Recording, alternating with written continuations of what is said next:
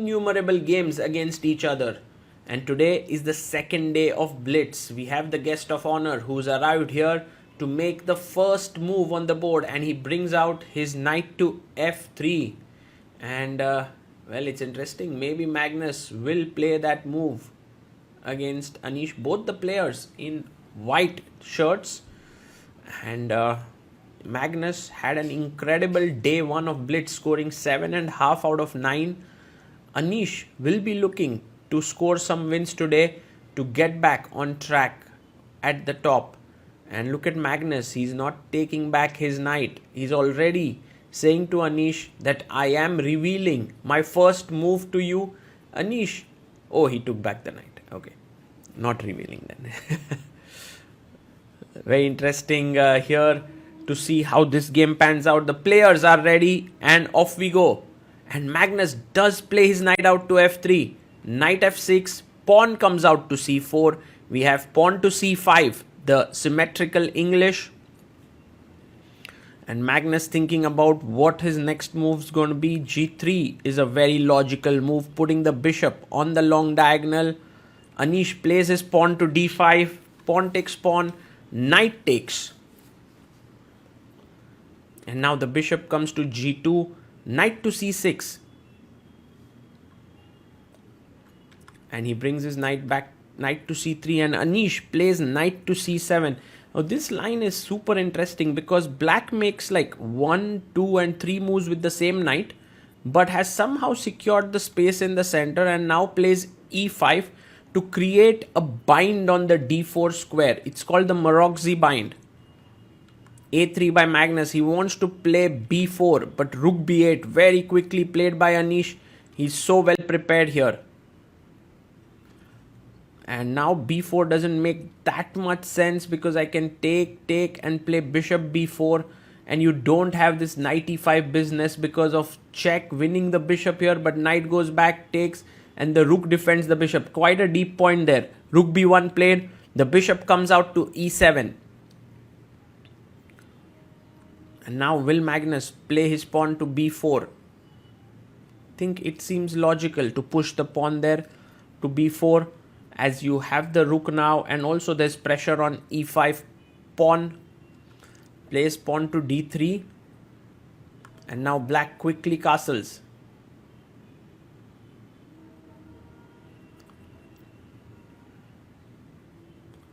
White is thinking about what his next idea should be. Magnus is a bit indecisive here. He could have played d4 on the previous move, but he went d3 and now plays bishop to e3. Slowly and steadily, this approach by white could mean that black is going to equalize and maybe even start pressing a bit. Like for example, is b6 a possibility now? To put the bishop on b7 could very well be. Or you could play your bishop out to e6. There's also this very nice idea with rook e8, bishop f8, and then jumping in with the knight to the center of the board.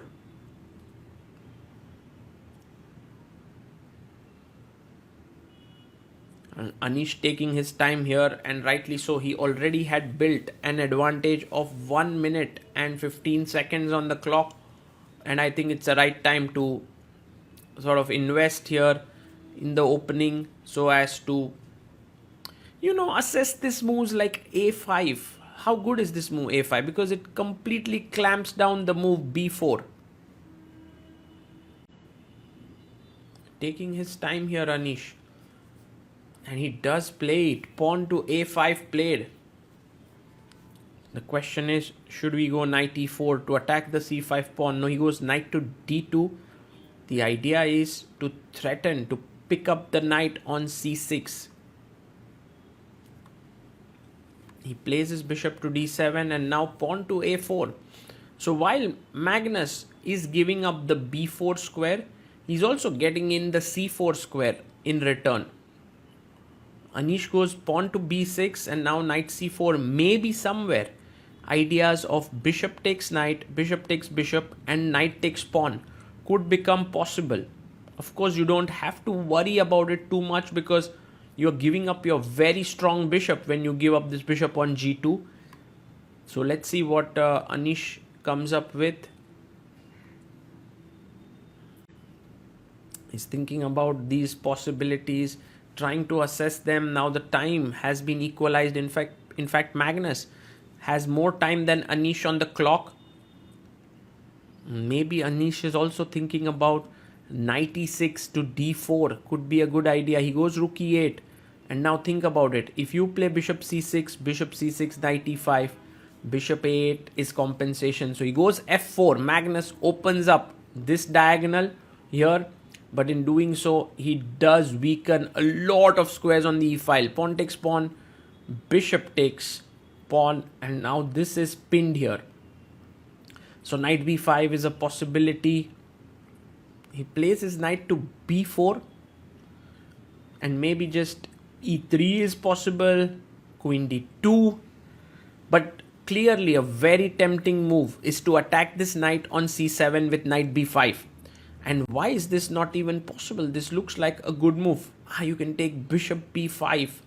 Yeah, he goes knight b5, and now bishop b5, pawn takes b5, and maybe bishop g5. An excellent move, trading away the important bishop here. He takes with the knight. Oh, instead of the bishop, he took with the knight, and Magnus chops off the rook.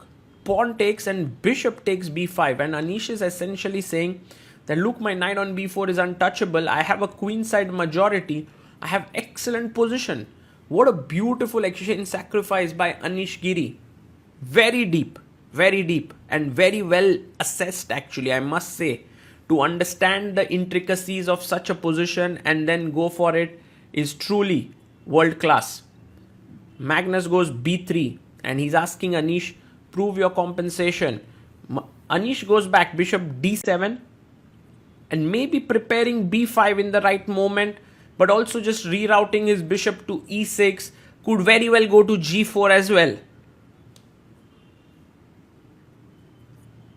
Queen comes up to d2, b5, not such a silly move, because takes queen b6. The knight is almost trapped here. You have to go like bishop back, rook to a1, but he goes bishop e6, queen f4, and Anish avoids the queen trade. Rightly so. Queen d8. Black's pieces are all aligning very well, each of them doing a good job. Meanwhile, Magnus is surely struggling to find good moves. A big threat could very well be bishop g5, and maybe looking at the weakened square on e3. What is Magnus going to do about it? He goes h4. Again, not a very happy move to make, because you do weaken the g3 pawn, but bishop d6 is not possible. The knight is controlling that square.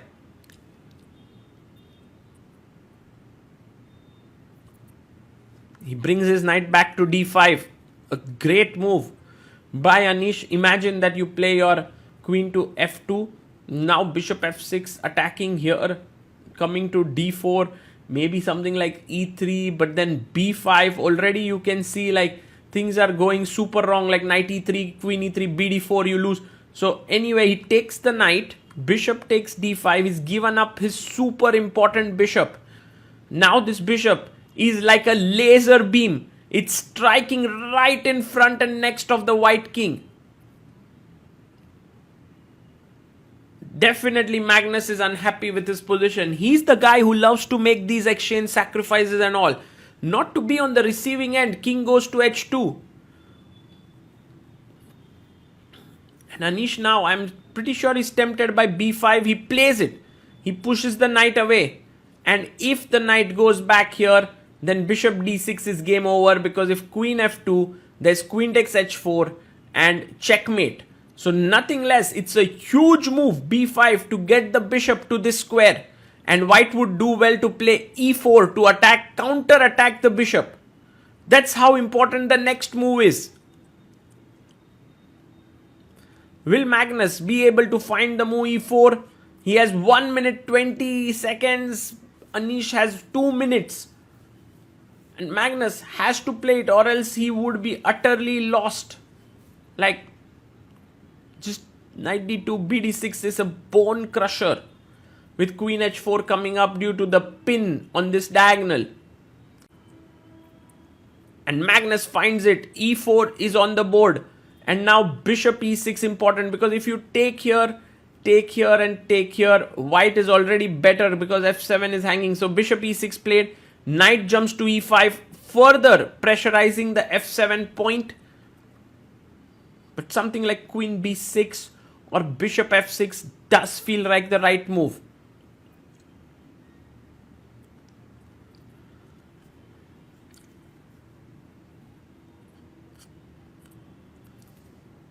Anish Giri taking his time here. He has 1 minute extra on the clock. He has 1 minute 35 seconds. Magnus down to 38 seconds. Bishop f6 played. The knight goes to g4, and now very important to move the bishop away. Bishop c3, and then use your queenside pawns. The weakness on d3. This firm construction of the f7 pawn and bishop e6 gives black all the stability that one desires. But for now, Anish has a big decision to make. And with 1 minute on the clock, he could go wrong here. He could decide to take the knight on g4. Oh my god, his hand is moving in that direction. Leave it, Anish, leave it.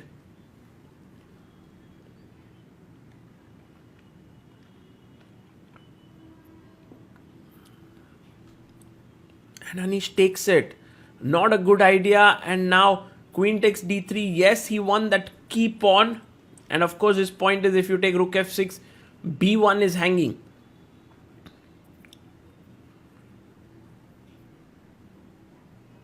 But here, after rook d1, rook f d1, or just queen f5, it would be a great position. He goes rook d1. Can you simply snatch the pawn here on b3? Oh, but then there's rook f6, yes? Rook f6, queen b2 and queen f6. That doesn't work. So queen c2 check, king h3 played by Magnus. And now is he going queen takes e4? Maybe to just trade. Well, Anish is not very sure about his position. When Magnus is down to 9 seconds, Anish is hesitating. He should play quickly here so as to put Magnus under maximum pressure. But as it turns out, after bishop d4, he's also down to 19 seconds. Queen d7, a great move. Queen takes b5 taken. He takes the pawn on e4. Rook e1 to attack the queen. And the queen goes back to a8 in order to stop rook e8. But rook e7 comes in with pressure here and here. And Anish takes his time. He wanted to play g6. He goes queen c8 check. Queen d7 takes, rook takes, and pawn to h5, limiting the king 3 pawns and a rook against 5 pawns and a bishop. Who's going to come out on top? f6 takes. He goes rook b8, attacking the pawn, rook f3, and he goes king h7. The rook moves up, king comes up, and now black has only 1 pawn for the missing exchange. But somehow this position is very good for black, especially because of the activity of the black pieces. Rook d7, bishop e5, rook f3, bishop d4, and maybe the players could repeat, but Anish says I want to fight on. He wants to keep fighting. King g2, he wins a pawn, and now rook a3 played, threatening rook a7 to attack here.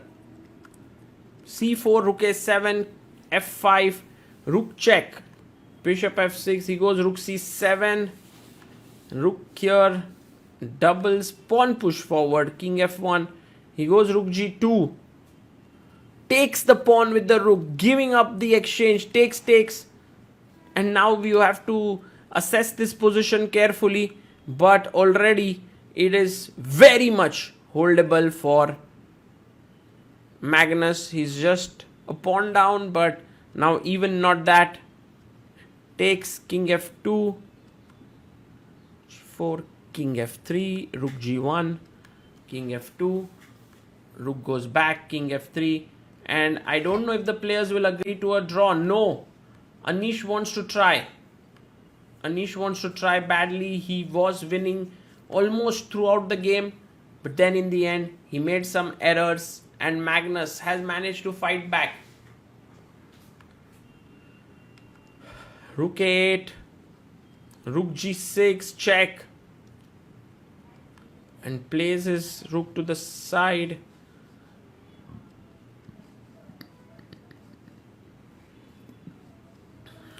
And here it seems almost impossible to make progress.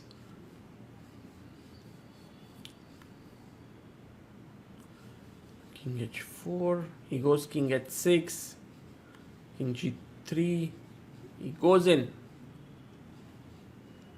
Rook a6 played here by Magnus. Maybe f5 could be on his mind. He goes king g7.